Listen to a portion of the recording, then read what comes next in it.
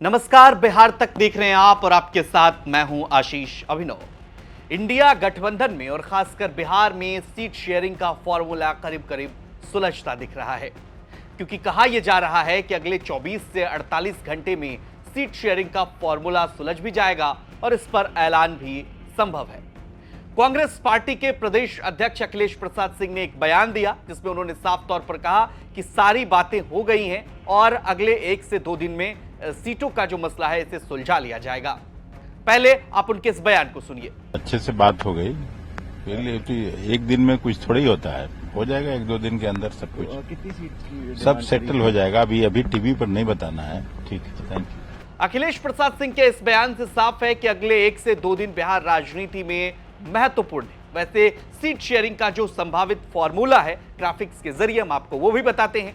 कहा जा रहा है जो सीट शेयरिंग पर अभी बात चल रही है वो करीब करीब इसी फॉर्मूले पर आधारित होगी, जहां आरजेडी 25 से 28 लोकसभा सीटों पर अपनी दावेदारी पेश करेगी, वो चुनाव लड़ सकती है। वहीं कांग्रेस पार्टी 6 से 8 सीटों पर चुनाव लड़ सकती है और वामपंथी पार्टी की बात करें तो सीपीआई-एमएल 2 सीटों पर चुनाव लड़ सकती है, ऑफर किया जा सकता है उनको 2 सीट। वहीं सीपीआई की जो बात है उसमें 1 सीट बेगूसराय, जिस पर सबसे ज्यादा उनकी मजबूत तैयारी है, वहां सीपीआई चुनावी मैदान में उतर सकती है। हालांकि उनकी मांग 3 सीटों पर है, लेकिन सीपीएम के बारे में भी कहा जाता है कि उन्हें भी 1 सीट दिया जा सकता है।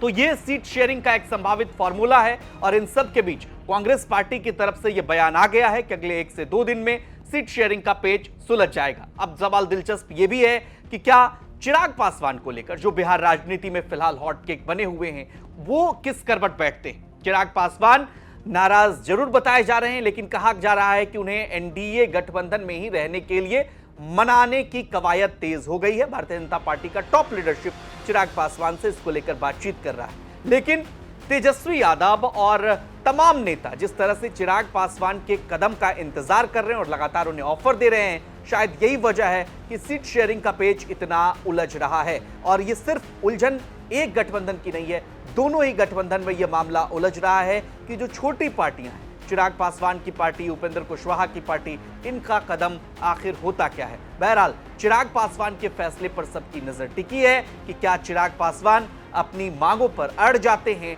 या एनडीए में जो उनको सीट ऑफर किया जाता है उसी पर चिराग पासवान मान जाते हैं। तो सीट शेयरिंग पर ऐलान एनडीए में भी जल्द हो जाएगा और जो बात अखिलेश प्रसाद सिंह कह रहे हैं उस पर भी ऐलान जल्द संभव हो सकता है अगले 1 से 2 दिन में।